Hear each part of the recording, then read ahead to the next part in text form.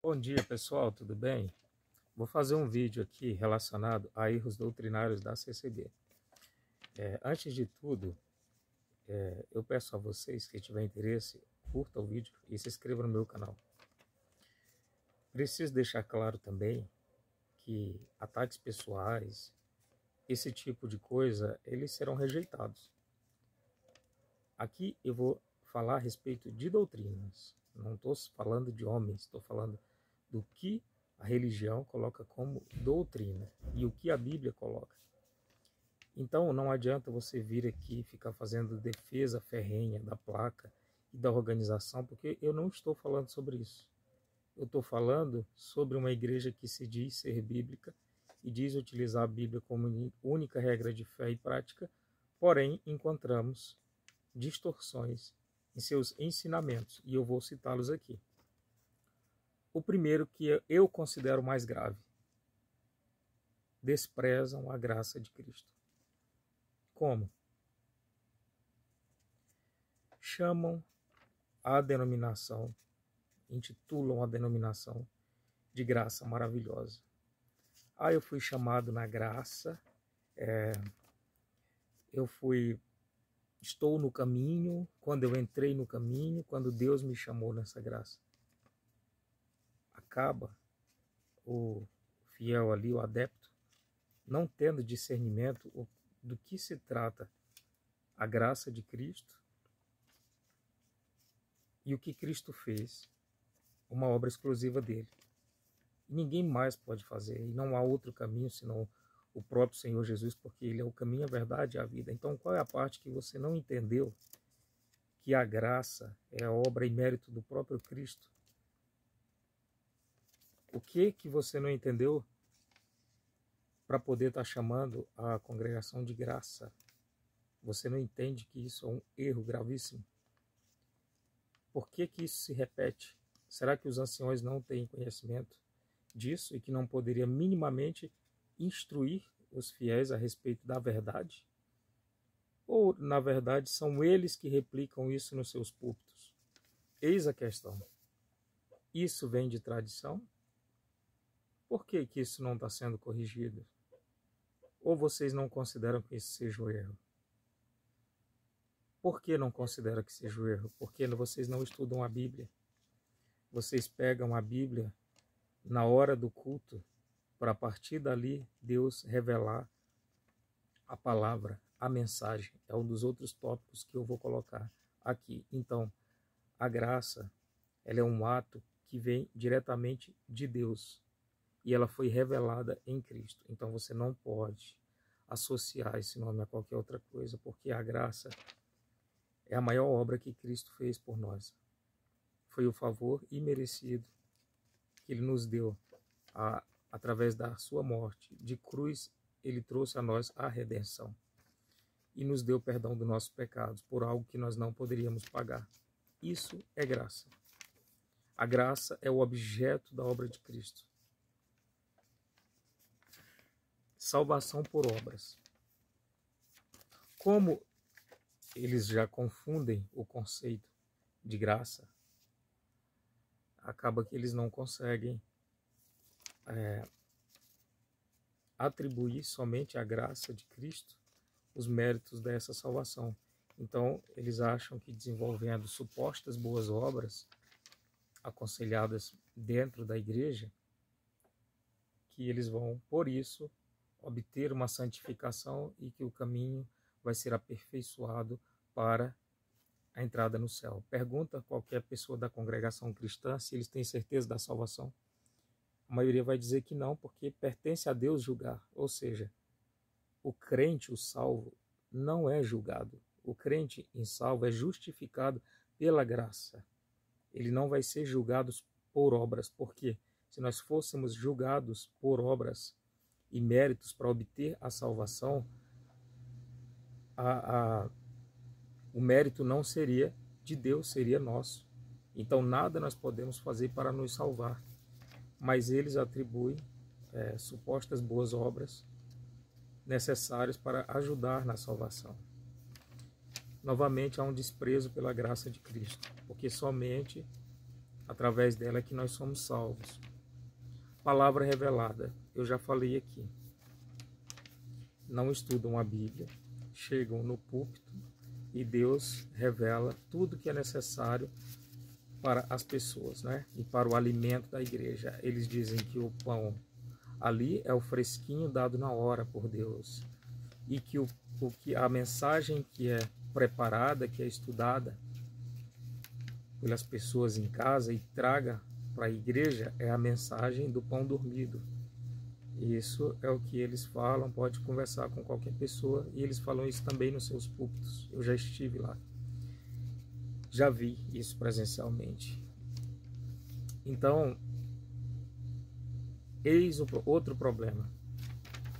As pessoas ficam aguardando as revelações e as profecias ali no decorrer do culto, e existe muito isso lá. É a palavra que eles revelam, muitas vezes é direcionada de forma genérica a muitos problemas que as pessoas têm, e elas geram expectativas a respeito de soluções na sua vida prática. Só que isso não chega muitas vezes e a pessoa acaba se decepcionando porque aquilo não é cumprido na sua vida, porque muitas vezes aquilo não foi de Deus. Não vou negar o dom de profecia que Deus dá para trazer uma correção, uma instrução, uma exortação, quando o próprio Deus requer isso, quando Deus quer efetuar através de uma pessoa. Mas não é assim, né?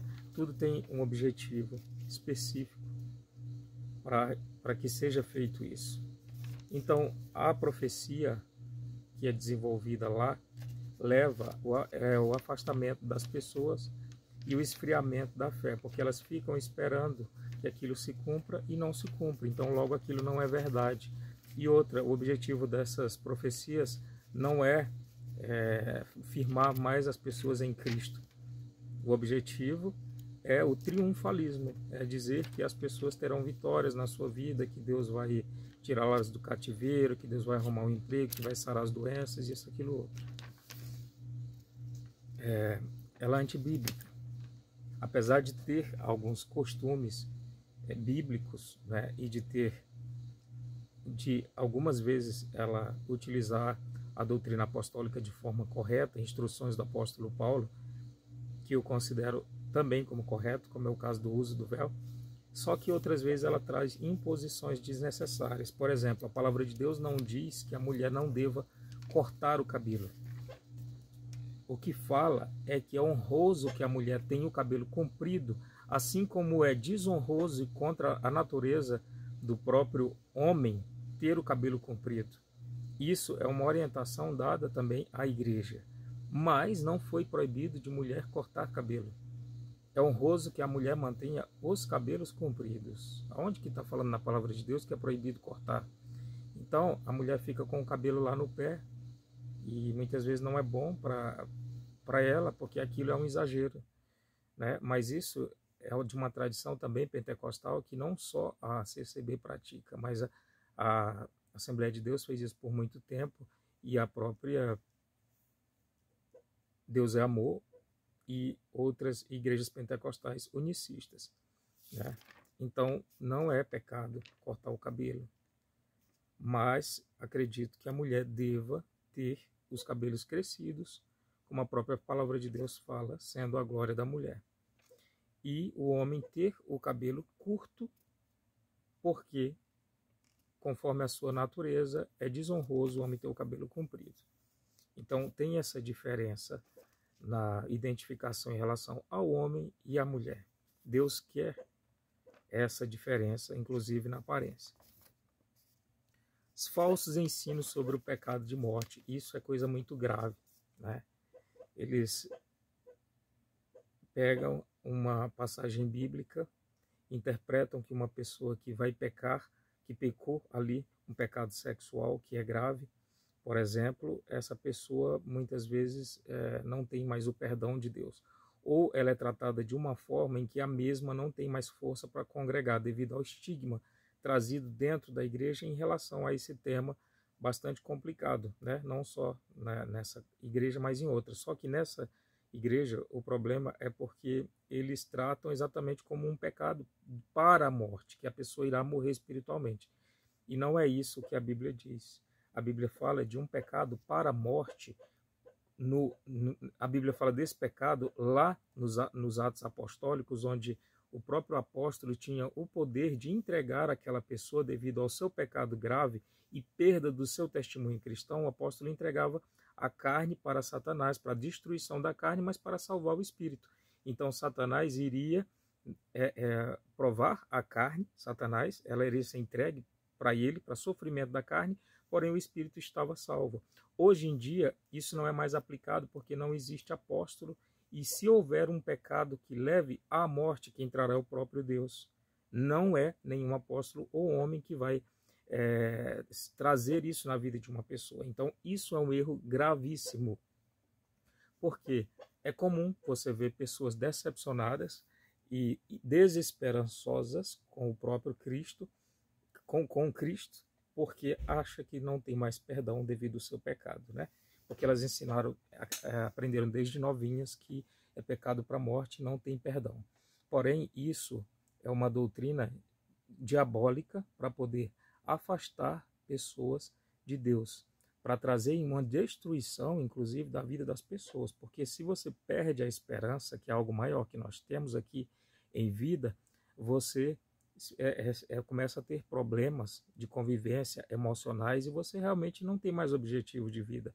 Um cristão passa a não ter mais objetivo se ele se vê naquela situação. Então, o que ele faz? Recorre a drogas, ele desestabiliza emocionalmente, sai de casa, muitos começam a ter problemas emocionais e acabam da pior forma possível. Tenho muitos relatos de pessoas que se suicidaram e de pessoas que destruíram a sua vida e nunca mais se firmaram no Evangelho, porque ela foi estigmatizada. Então, é um erro gravíssimo que a igreja mantém sob a complacência dos demais, né? Não há um movimento dentro daquela igreja para ter um estudo sadio da palavra de Deus. E as pessoas que não conhecem a palavra de Deus erram por não conhecer a Escritura.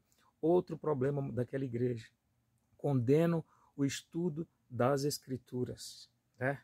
Porque tudo tem que ser revelado pelo Espírito Santo, tudo é espiritual. Sim, o Espírito Santo vai revelar, mas isso não quer dizer que você não possa estudar a Bíblia para ter conhecimento da palavra.